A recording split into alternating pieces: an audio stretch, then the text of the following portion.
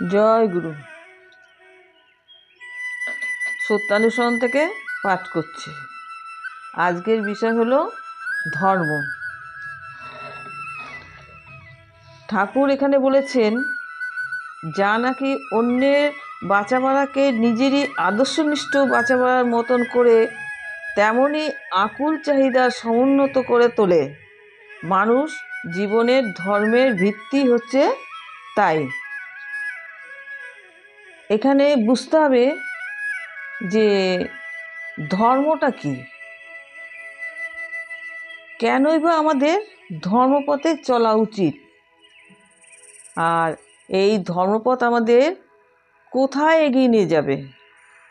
এই ধর্মই একমাত্র পারে নিজেদের জীবনকে, নিজেদের লক্ষ্যকে সুস্পষ্ট করতে, আদর্শের সঙ্গে এগিয়ে চলতে সাহায্য করে এবং নিজেদের জীবনকে উন্নত করে এগিয়ে চলতে আমাদের সাহায্য করে।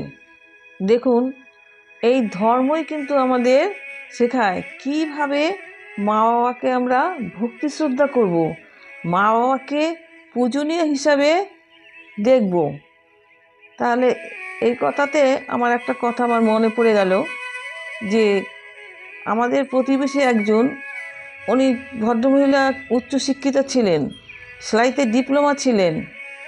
হ্যাঁ, তার একটা মাত্র ছেলে ছিল কি আছেও এখনও। উনি যাই হোক সেলাই ক্ষেত্রে খুব ভালো ছিলেন বলে হয়তো ওনাকে কেউ একটা ডিস্টার্ব করেছিল, যাই হোক সেই থেকে ওনার মাথাটা ডিস্টার্ব হয়ে যায়। হওয়াতে উনি অনেক দোকানপাট, অনেকের যেখানে যা পেত তখন তার কাছ থেকে জিনিসপত্র নিয়ে তাদের ক্ষতি করত। কিন্তু দেখেন, ওই ছেলের কিন্তু ধর্মপথে মতি ছিল, যার জন্য ওই ছেলে কিন্তু সব দোকানদারদের বলে আসতো, আমার মাকে কেউ কিন্তু অসম্মান করবেন না, আপনাদের যা ক্ষতি করে আমি সব পূরণ করব, কিন্তু আমার মাকে কখনো অসম্মান করবেন না। যদি তার ধর্মপথে যদি মতি না থাকতো তাহলে কিন্তু সেই মাকে সে কিন্তু ওইভাবে করে রক্ষা করতে পারতো না। এইটা আমি খুব ছোটোবেলায় এই জিনিসটা দেখেছি, আমার খুব এটা মনে গেঁথে গেছে। তাহলে এই ধর্মই কিন্তু আমাদের এইভাবে সুন্দরভাবে তৈরি করতে পারে বা আমাদেরকে সুন্দরভাবে গঠন করতে পারে।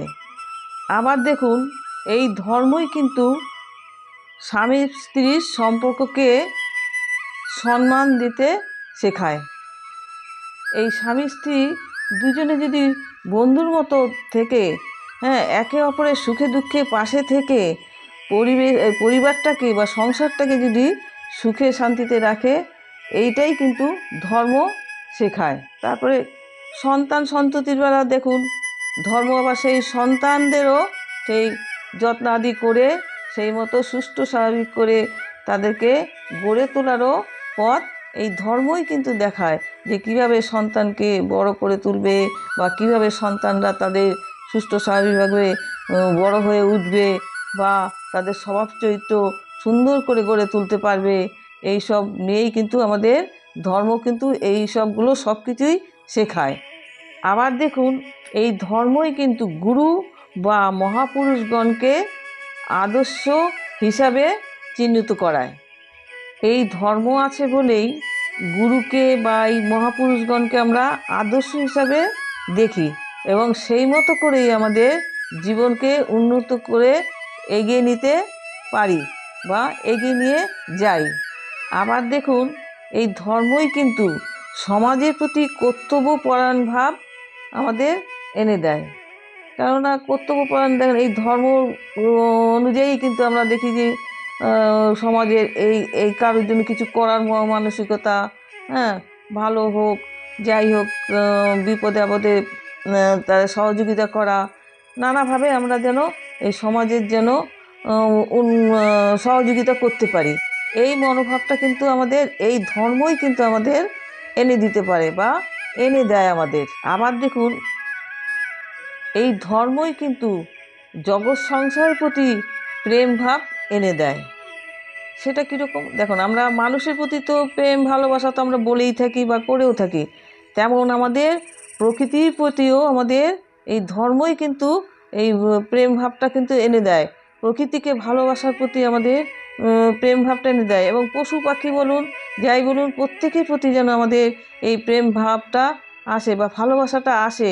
কিসের থেকে? এই ধর্ম আছে বলেই আছে আমরা, এবং এই ধর্মপথে চলতে পারলে সেই মতো করেই আমাদের এই জিনিসগুলো, এই প্রেম ভক্তিটা আমাদের আসবে। তাই ঠাকুর ধর্মকে নিয়ে বলেছেন যে যা নাকি অন্যের বাঁচা বাড়াকে নিজেরই আদর্শনিষ্ঠ বাঁচা বাড়ার মতন করে তেমনই আকুল চাহিদায় সমুন্নত করে তোলে। মানুষের জীবনের ধর্মের ভিত্তি হচ্ছে তাই।